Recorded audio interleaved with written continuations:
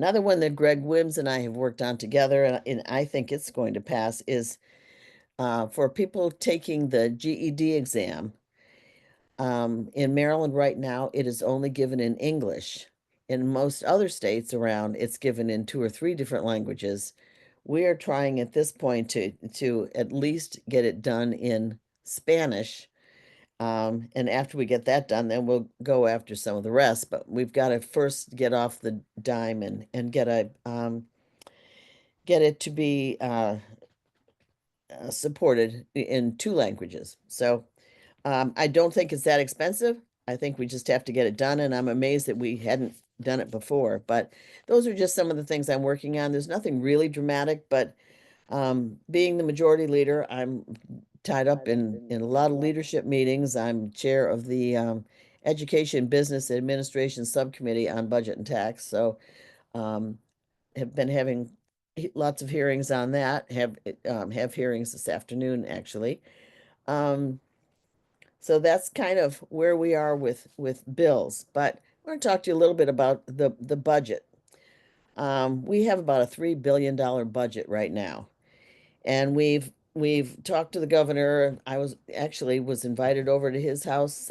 Delegate Shetty and I were invited to his house for drinks the other night, so I got to sit and talk to him about the budget and what we thought our priorities were and where we were going with it.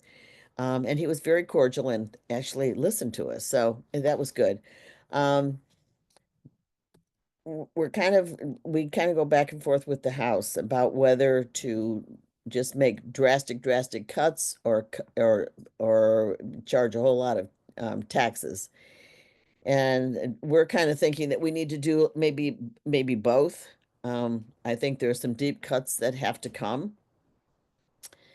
Not I'm not sure. We're still working on it, and the House has the budget first, so they have the first stab at it. But we're talking about it now about what we want to do and what changes we might make in the budget. Um, but there are some things out there that the governor has proposed. One of them is a kind of a nuisance tax, I call it. I've heard from so many people about is charging 75 cents an order for Amazon. DoorDash, and any service that you have that they would charge 75 cents for. To me, I think all that does is just make people mad. I don't think it will bring in as much revenue as we think it should. But we are looking at every possible revenue source and every possible scenario on the budget to try and get us through this. Our chairman, Guy Gazzoni, keeps saying, this is not a crisis. We left $3 billion in the rainy day fund yesterday. We have over $2 billion that we're going to be leaving in there this year. So we have money. So it's not like it's not like the end of the earth, but but we do know that we have to keep a cushion in there. So um, that's kind of where we are. I'm sure you're reading the papers and hearing all the little things about it, but we also just don't know what this new administration is going to do to us. And obviously, he's not going to like Maryland very much, and so we've got to just be on our toes and try to be able to react whenever we need to react when all this comes down the pike. And at that, I kind of would like to just open this up and have some questions with you. Brilliant. Well, thank you so much, Majority Leader King, for the remarks. We really appreciate it. I don't If have any folks have makeup on this morning, so it's not that I'm dead, really. It's just that I don't have any makeup on. No, that's all right. You look fine. I also feel like it's a little early, and I know I'm tired. Um, but thank you for the remarks. And if folks have questions, we ask them to put them in the chat or raise their hands. I have the pre-submitted questions written down here as well. I'll start Okay. going through those.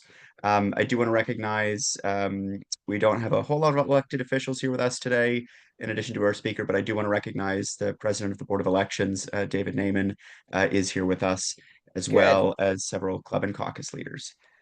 Um, yes, so the budget is obviously the big thing that a lot of people submitted questions on. One of the major questions, which you mentioned briefly in your opening remarks, was about budget cuts for disability services. I was wondering if you could talk a little bit about what the General Assembly and what the Senate are going to do to potentially preserve those if possible. Well, that's probably the group that I'm hearing from the most. We had a hearing on Thursday, with the DDA group, and they're having some major financial trouble at right now as it is before the budget even comes out. And their big ask is please don't cut us. And we'll do everything we can to not make any cuts, but I just have a bad feeling that everything's going to take a cut at this point.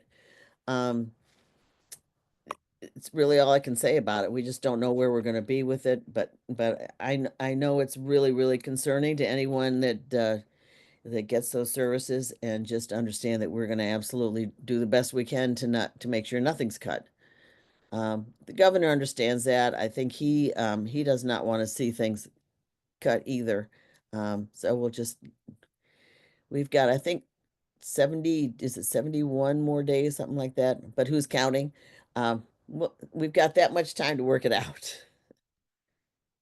Yeah, certainly that one's, figuring out where the cuts are going to have to come is something that I know is going to be challenging Yeah, I for mean, you all. nobody wants their program cut, and it Right. totally, I understand it, but at some point we have to cut some things, and just trying to look at it all and do what we think is the best for the whole state. Yeah. To that end, one of the other questions that was submitted was about the delay in funding or the reduction in funding for Blueprint. I think it was for teacher support services or something like that over the course of the next Right. cycle.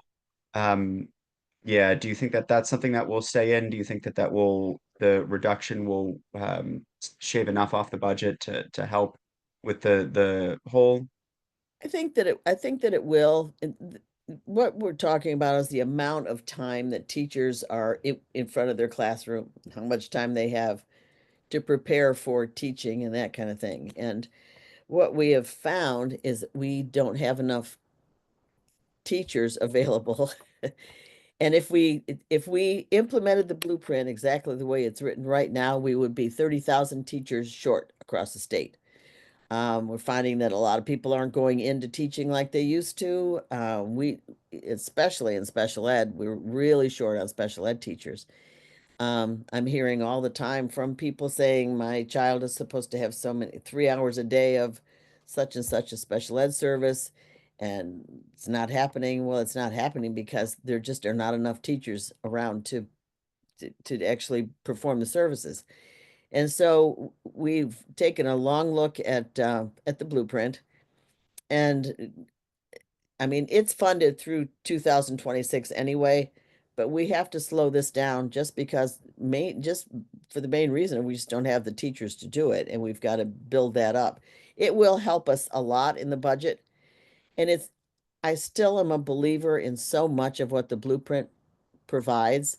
What I've asked is through the AIB, the board that implements the blueprint, we need to do more of a public education kind of thing as to what the blueprint is.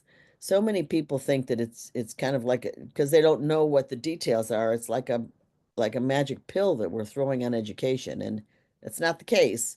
There is a lot of good stuff in there. There's a lot of early childhood stuff. There's a lot of special education stuff, a lot that would it will help teachers be better teachers because they won't be in front of the kids for the whole 8 hours or 6.5 hours, I guess it is, a day. They'll have time to do other things and prepare for teaching. And I just think it's going to work out better. But that's the problem that the blueprint seems to have right now. And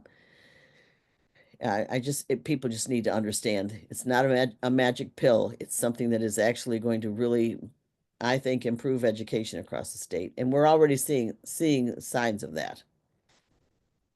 Brilliant. Couple more budget related questions. Um, the withdrawal from the rainy day fund, someone asked about whether that would, whether that's, there's some concern that withdrawing from the rainy day fund is going to pose a long-term issue, both for the ability to retain funds therein, which I know is important for like our bond rating and things moving forward, but also um, whether that really does enough to get at the structural issue that'll be a couple years down the line. Yeah, we're not, I mean, for sure, we're gonna leave at least 2 billion in the rainy day fund. So, I mean, it's going to help us, but our economy is just not growing. Other states around us are. We've got to do something to build up our business community because people are not coming here. They're going to Virginia, they're going other places. They're not coming to Maryland. And so we've got to do something to make it more attractive for someone to set up business here in Maryland. So that to me is one of the biggest problems we have because if we don't, come 27, 28, and 29 and 30, we're really going to be in not the same state that we were budget wise, because it's a lot. Yeah, that's yeah. It's a tough one, and I really don't envy you in sort of the involvement in making these kinds of decisions Yes. there. Um, to sort of follow up on that, because it flows nicely into this other question, someone asked about how the threatened loss of government jobs, the Trump administration cutting back on federal employees or moving federal employees out of state, and which they've already begun to implement through the hiring freeze, through the threatening memos that I know OMB is sending out about, reporting people who work on DEI for termination. Do you think that that loss in jobs is going to have an impact on the budget as well? And how will the state's economic development plan respond to that? Well, we don't have anything definite yet, but we know it's going to affect us, and we also know it being Maryland that it will probably affect us maybe a little more. We also have a governor that has kind of made it clear that he's looking at being the next president. So we don't know how exactly that is going to affect Maryland. I mean, we're all talking about it and watching for signs of it, but I mean, it's just we're in pretty strict financial shape right now without all of that. So not too excited about what we hear coming out of the new president. Yeah. And I will get to there's a whole slew of questions that people submitted Okay. about the next administration. I want to finish up with some of the budget stuff, and then I'll get to Yeah. the Trump administration stuff. But there was a question about whether the proposed more progressive income taxes that are in the governor's budget, whether how much money that's actually going to raise. I don't know what the total is, but we've kind of gone back and forth over it. I'm hearing from a lot of my accounting friends that think that it's terrible. Mm, And we don't want to raise income tax. And I'm hearing from seniors that are saying that you can't do this to us. There are a couple things that stick out. One of them is that getting rid of itemization, being able to itemize on your taxes. We have some major concerns over that, even as far as the nonprofits go that get some of that money. Um, we're concerned about people who normally at the end of the year give to all these different nonprofits and be, just to write it off on their taxes and won't be able to do that now. So we don't know what that's going to do to the nonprofits. That's one of the things. But I'm afraid it's going to chase people away too. I mean, we know we're going to have to raise some taxes somewhere, but we also are going to have to make some major cuts in order to get to the right place on the budget. We can't just do it raising taxes. I'm just not a believer in that. And mhm. I think our taxes are high enough, and I'm hearing from people that are saying we're out of here. Of course, I don't know where you go that's any better. You go to Pennsylvania, they don't have income tax or they don't have sales tax, but they have a pretty good income tax. Go to Delaware, all the states are going to collect their taxes some way. Um, we just happen to collect them our way. Yeah. And uh, before I move to the next one, the question that Esther Wells posted in the chat was highly relevant to what you were talking about as well. So I did want to throw that Okay. out there Morning, vis-a-vis Esther. the vis-a-vis the eliminating itemized tax reductions, capital gains tax. She asks whether this would harm charitable organizations, 501(c)(3)s, as people might donate less, which you sort of talked about just a moment ago. Right. Excellent. The other one that was related to the budget was about so-called sin taxes and the increase on proposed increase on taxes for cannabis and gambling and tobacco and alcohol and the like, and whether that how much that might raise. I can almost guarantee that cannabis is going way up. It's at 9 now. I think it's going up to 13, somewhere around Okay. there. We haven't decided for sure yet. That's going up. All the states around us that where it's legal, they tax like crazy on cannabis. That's probably what's going to happen here too. Okay. Thank you for that. Um, Getting off of the general budget for a moment, there was a there's a couple of questions about, including one in the chat about transportation, which will sort of lead into transportation budget questions. Okay. Um, Someone direct messaged me, so I don't know if I I guess I won't read names out if they direct message me asking about the status of I-270 upgrades and tolling. Well, I was mentioning I got invited to the governor's house the other night, and I kind of lit into him a little bit about transportation. I'm not against transit at all. I'm not. I think we need every mode of transportation that we can get because we have so many people. But for my district in our area in the northern part of the county, transit at this point is not convenient. Nobody I know is going to walk a mile to get to a bus to get to a train. It just isn't going to happen. And the governor cut like all the money out of the budget for even road repairs. So, and I said that to him the other night. If we don't at least keep the roads that we've got repaired, even missing a year of repairs, trying to catch up to it is impossible. And we don't want Montgomery County to get to that point. Our Senate president made a comment last week. He had gone up to Pennsylvania skiing and coming back in the snow, and of course they hadn't cleared the roads much, but the roads were so bad up there with holes and everything along with the snow. And he said as soon as he hit the Maryland line, the roads were so much better, and he, he appreciated that. And that's what I think we have to hold on to. I think we move ahead with transit great, but we have to keep our road system updated and clear. We argue about 270 all the time. We have studied 270 ad nauseum, and at some point we have to figure out a way to fix that traffic. Virginia has rebuilt roads and they're doing all kinds of stuff to try and get the traffic moving over there, and we're not doing anything. And I understand there are some politicians, not going to name them, in Montgomery County that don't believe we should do anything with roads at all. We should just get people onto buses and transit.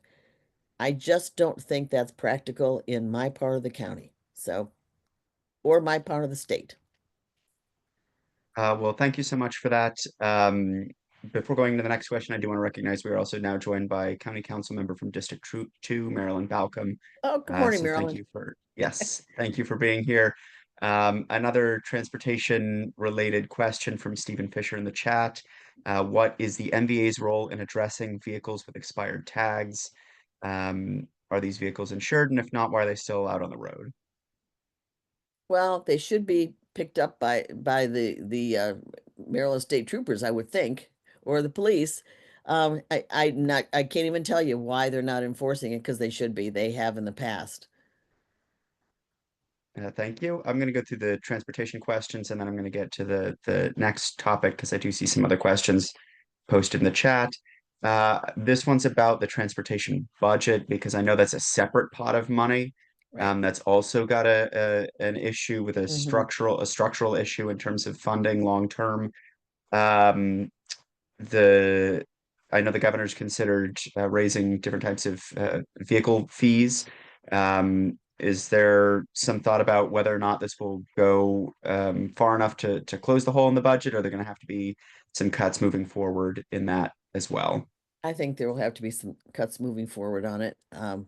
He's just he's not suggesting enough that it's going to take us out of that. One of the things that we're finding is that the electric cars um, have such heavy batteries that they are doing more damage to the roads than just regular cars. And so it just has to be addressed. That's part of the problem. Um, and the gas tax, we counted on the gas tax for the Transportation Trust Fund and not selling as much gas, we're not taking in as much revenue. So it's all on the table and it's all stuff that we're working on right now. Thank you. And I think that was the last one I had that was on a transportation issue. So I'm going to go to the next one. There's a really good one from Tiffany Kelly in the chat about getting feedback from educators about why they're leaving, and how we can sort of help educators to stay. Um, I hear from different groups and I talk to a lot of teachers. So I, I I don't know if I have the full handle on why teachers are leaving. I think a lot of it is the workload. I have a daughter that teaches down in South Carolina and never does work at home at night. She doesn't have to. Um, there are things that can be done to help a teacher, even as far as discipline in the classroom. There's got to be some way for teachers to get some relief in the classroom so that the rest of the class can keep moving on what they're doing. Um, Also, I know with MCPS, we change the curriculum all the time. A teacher just gets used to a curriculum, they get used to what they're doing with the kids and can do it second year, and then we change the whole thing again. So that to me, I just think there's a lot we could do listening to the teachers and counting on the talent that they have. So many teachers I talk to, because it's so prescriptive, aren't able to use the creativity and the talents that they have that are the reason they went into teaching. So, uh, wish I could solve all that, but I can't. Well, we appreciate you working on it nonetheless. I know that'll be an important one moving forward.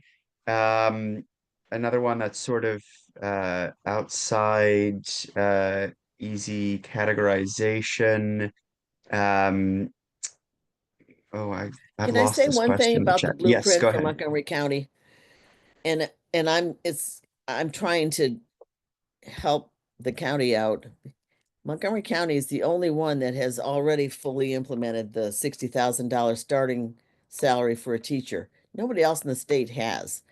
And so they're all asking, can we put that off? Can we wait a few years to be paying that much money for new teachers? And Montgomery County is already doing it. And so I want to make sure that we don't get financially punished in any way on that, just because we're moving ahead. We've done it. So, Right. No, and that makes sense, particularly if there's, other types of funding that could be cut off. right, right. Yeah. Um, So I do want to dive in. There's a number of questions that were submitted about the Trump administration, so I do want to touch on some of those, and then I see some more in the chat about some other specific pieces of legislation. So we'll go back to those. But since the these were pre-submitted, I want to go through a couple of these real quick. Okay. Um, there is a question about how Democratic leaders in Maryland are going to support LGBTQ plus citizens who are being targeted with lies and misinformation from the federal government. Well, we have talked a lot about what are we as Maryland going to be about, and the day after that election, I think we were all kind of really sick over it, and I said then we are going to continue to protect the things that we hold dear and the things that we believe in. We're going to continue to protect that. I don't know exactly what that means in Maryland yet because we don't know what the Trump administration is going to do. But I do know that if I was a gay or lesbian or LGBTQ, Maryland would be the place that I would want to be because I think that's a safe place to be. I think everyone else here in our elected administration anyway is totally comfortable with all of that. So like I said, I this is where I would want to be if Trump really decides he's going to enforce all this craziness. Yeah, no, absolutely. And that will be something that will probably be developing over the course of the next couple of years as well as Yes. they roll out various policies. The other one that's rolling out now that a couple of people asked about was undocumented immigrants in Maryland. The Trump administration is threatening pretty hefty sanctions against other countries that are not accepting undocumented migrants, as well as all sorts of threats on in terms of conditioning aid for Right. states and things like that for compliance with his immigration policy. What is the state of Maryland doing to respond to that and protect Marylanders? Um, uh, who do happen to be migrants. Well, I talked to the governor about it the other night. Because I had heard rumors that ICE was in Montgomery Village last week, but apparently they were not yet. But they will be. He wanted to know about it right away. Um, we're, we don't know really how far it's going to go. I don't see our police department at all having to work with them. I've been through this before here in Montgomery Village, back when Bush was president. They came and took parents away while kids were in school, and kids had to come home and find out that their parents were gone, and it was just an awful situation. So we will be working to make sure that kind of thing doesn't happen, or to do the best we can with it. My advice to anyone who is worried about ICE coming into our district or our state is to have an emergency plan because we don't know. There's a lot of unknown out there. We don't know what they're going to do or how they're going to do it. I think it's awful, and we're going to do the best we can to make it not happen. But I think everyone needs an emergency plan. Yeah, and I know that there are sort of in addition to that resources that are offered by a number of advocacy Yes. organizations who can help in terms CASA of providing legal especially has services. put out a Yeah, list, of what to do and where to go and that kind of thing. We have a lot of good attorneys working with us too. yeah. And that will be very important, I think, for a lot of people. Mhm. I want to go back to a couple of bills that are in the General Assembly. I'm going to pull a couple from the chat, and then I'm going to go back to some of the pre-submitted ones. Esther again asks about a bill from Delegate Corman to increase transparency for WSSC and how they're doing their infrastructure investment fees. Yeah, honestly, it's a House bill, and haven't even laid eyes on it yet. I don't know. I mean, WSSC has just been a mess for so many years that I'm sure he's just trying to find a way to make it work. Yeah. Um, Another one that was both pre-submitted and put in the chat was asking about whether there's an equal rights amendment in the Maryland Constitution, and how is Maryland working to protect? Yeah, it's sort of a separate question. I'll go into that afterwards. But protecting rights for women in Maryland.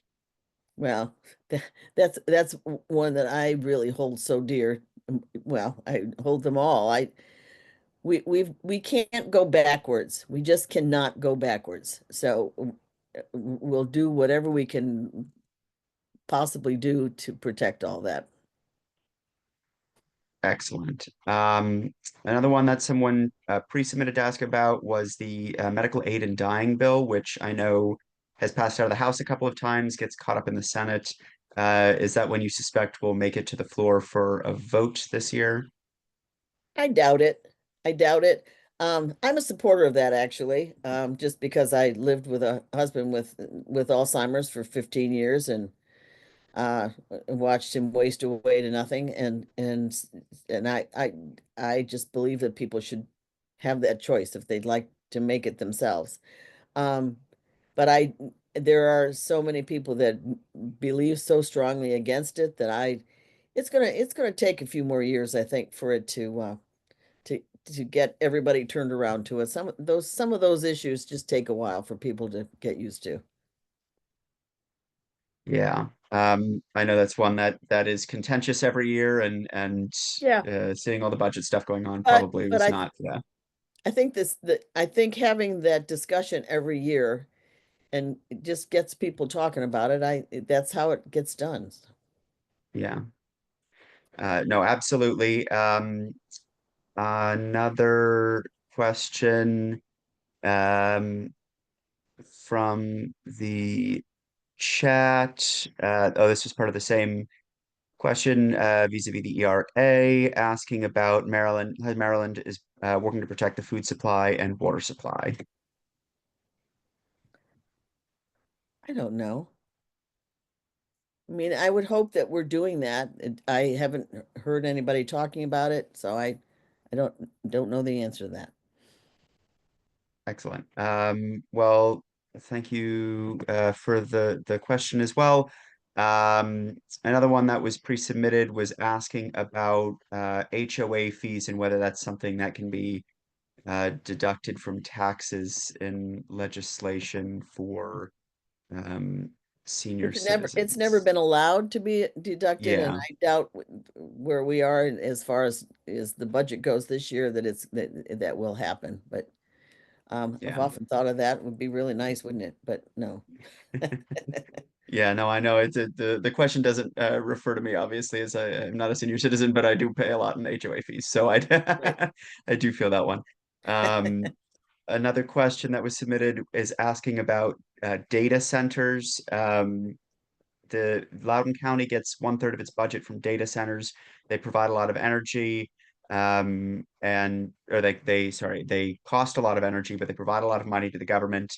And there's always some mixed popularity with those. I know there is a data center going in where the Dickerson power plant Right. was. Is there Correct. some thought about the state of Maryland trying to get more data centers as a source of revenue?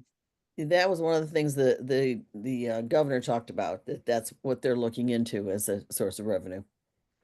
But it takes time to get those up and running. Yeah. Oh, speaking of things that the governor was talking about in terms of revenue, we talked a lot about economic development and trying to expand the tax base. Could you provide a little bit of insight into what some of the targeted grants that he was talking about, what those include, and how those might stimulate some economic growth? One of the things the governor is talking about is the combined reporting. That's an issue that comes up every year, as for about at least my last 10 years. And combined reporting is a system of taxing, and it mainly affects companies that have the companies outside of the state of Maryland. And I did a study on that with a whole lot of business leaders and tax people, like 7, 8 years ago. And we came up with the fact that there were so many winners and losers, more losers a lot of years than winners, that we decided not to go forward with it.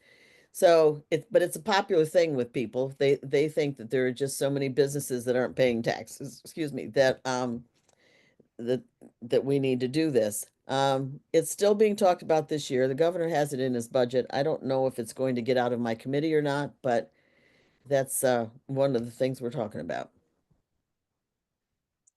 Excellent. Well, thank you so much. Can I There say was a one other thing? yes. We talk a lot about attracting business here and that kind of thing, and that's one of the things that we're so concerned about now with the budget and the taxes that we raise.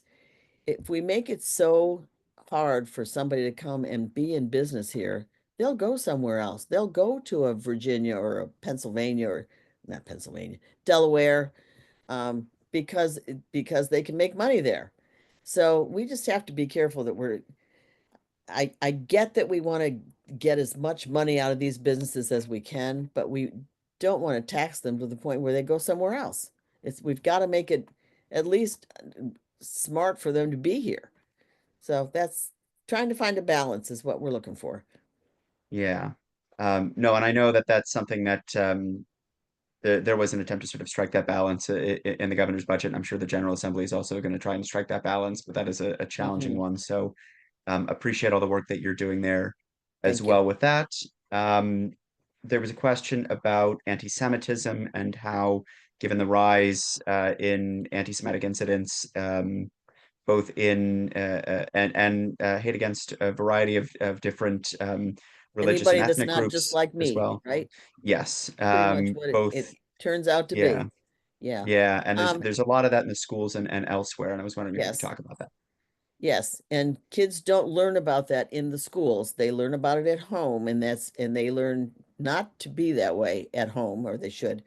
I think it's huge, and I don't care what Donald Trump says from Washington, D.C. I think we stick to the what we are and the people of Maryland, and we don't accept that. We're not going to accept it in our schools or anywhere else. It's I no matter what he what is the word is the the king of the United States, no matter what he declares, we have to remain true to ourselves as far as our residents, the anti-Semitism, the immigrants. We have to take care of our own. That's what we're going to do. Yeah, certainly, and with a lot of these horrifying incidents of anti-Semitism and Islamophobia and anti-Black racism and anti-Latino racism, there's certainly a lot of work that I know has to happen here as well to Yeah. protect people as that language becomes, more aggressive at the federal level. Well, that's what worries me is that people who are that way will think that it's okay because they're hearing it from the President of the United States. And I just think it's really important for us in Maryland to educate our residents to what is acceptable in our state. We're just not going to take that. So, Yeah, no, definitely. Another major policy area that someone asked about was housing. There is there was this big conversation during the last session about um, how Maryland is going to address the rising cost of housing, and I know several pieces of legislation went through the General Assembly to try and come at that from different angles. Counties have also tried to approach that in different ways. Montgomery County has the rent stabilization. Other counties are investing in trying to build more housing. Is it likely that the General Assembly is going to move forward on any housing bills this session, or do you think the effects of the legislation that was passed last session will be sort of playing out in the longer term to address that issue? well, I think we'll be waiting to see how what we did last year turns out. And I think with the economy being so uncertain, we're just kind of waiting to put the pieces all together. Everybody knows about the housing shortage and it's all over. But it's I think everybody's aware of it. We're just trying to see how it's all going to fit. Yeah. Well, hopefully, as someone who would like to buy a house here in the UpCounty Someday in the while near you're living, future, right? someday while I'm living, hopefully that's something that plays out sooner rather than later. But I know that's a long-term conversation, and that's something that takes a Sure. while to impact the economy. Um, there was a question about Oh, but um, can I stop you 1 second? yes, You know, and I know just even in my own little community, Montgomery Village, where we have a new housing development, actually it's all the way around me, and they're just putting up townhouses and cramming them in everywhere that they can possibly do that. And I get that they're providing a lot of homes for a lot of people, but there has to be some sense with it. We have to look at infrastructure. We have to look at schools. There's so much. And right now it seems as though we are just cramming in homes anywhere you can possibly put them without looking at the rest. And I'm really hoping that as a county and as a state that we're going to look at all of it and not just end up with a mess of crowded homes and no roads and no way to get anywhere. Yeah, no, definitely. That is something that has not always been followed through on, and I appreciate you raising that um, as well. Another question that was submitted: a number of residents are involved with the DDA due to a large population with intellectual developmental disabilities. What are local representatives doing to be informed about the new regulations and lack of services and delays recently happening in the past year? Well, because the DDA community is a very educated, vocal community, I think the advantage there is I have somebody almost every day coming to meet with me in my office to make sure that I know all those issues. And that's very helpful because otherwise I wouldn't know. And I guess that's probably the best way to educate all your elected officials is to meet with them and make sure they know what's happening. Brilliant. Um, I'll throw an easy one at you as we sort of move in towards the wrapping up. I know one of the big one of the big ones that uh, members of the General Assembly, one of the big responsibilities that you all feel is bringing money back to your district in terms of funding for various different organizations. Could you tell us a little bit about some of the worthy projects in District 39 that are going to get funding this year? Well, we have last year we had $20 million for each side for the 20 for the House, 20 for the Senate. This year we have 10. Um, so there won't be as much that gets brought back to the districts. I'm trying to find at least a project somewhere in our area that I can bring some. Being on the budget and taxation, being on the budget committee and being on the capital budget committee, and having Craig Zucker from District 14 as the chair of that committee, I can guarantee I'll bring something back. But it sure isn't going to be like it was last year and the last few years, especially with the COVID money. We got a lot of different projects. Not sure what that project's going to be yet, but I'm working very closely with Craig to make sure I get something. Yeah. No, it's certainly appreciate having so many excellent Montgomery County It legislators sure helps. It sure helps. on Yep. that committee. Yeah. So that was all the questions that were submitted and all the ones that I found in the chat.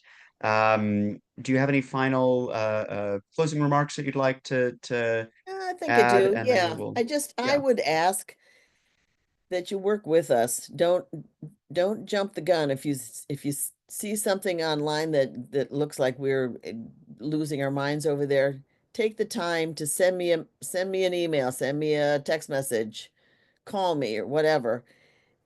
Before we overreact to all this. It's still very early in the whole process, and for us, that with the Senate or the House having the budget first, we don't really get a big bite of that apple until like the 1st of March.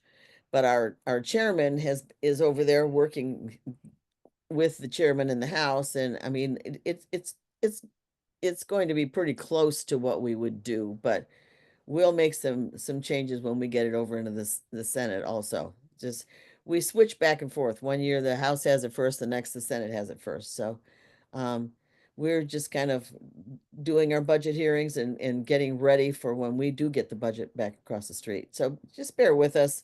It is a tight budget and there will be some cuts and um, not that any of us want to make any cuts at all, but if you've got an opinion, please let me know. Um, just it always helps. Not always, but mostly it helps. Well, thank you so much, Madam Majority Leader. Really appreciate that and appreciate your time this morning. And thank all of you for coming out and joining us today. Again, we are the UpCounty Democrats, a coalition of clubs and caucuses across the UpCounty. And we love to hear from you as much as your legislators love to hear from you. So if you have ideas about other programs, please do reach out to us. But thank you so much for your time. We'll give you 9 additional minutes this morning. There So you go. Thank have you. a wonderful day, and thank you so much.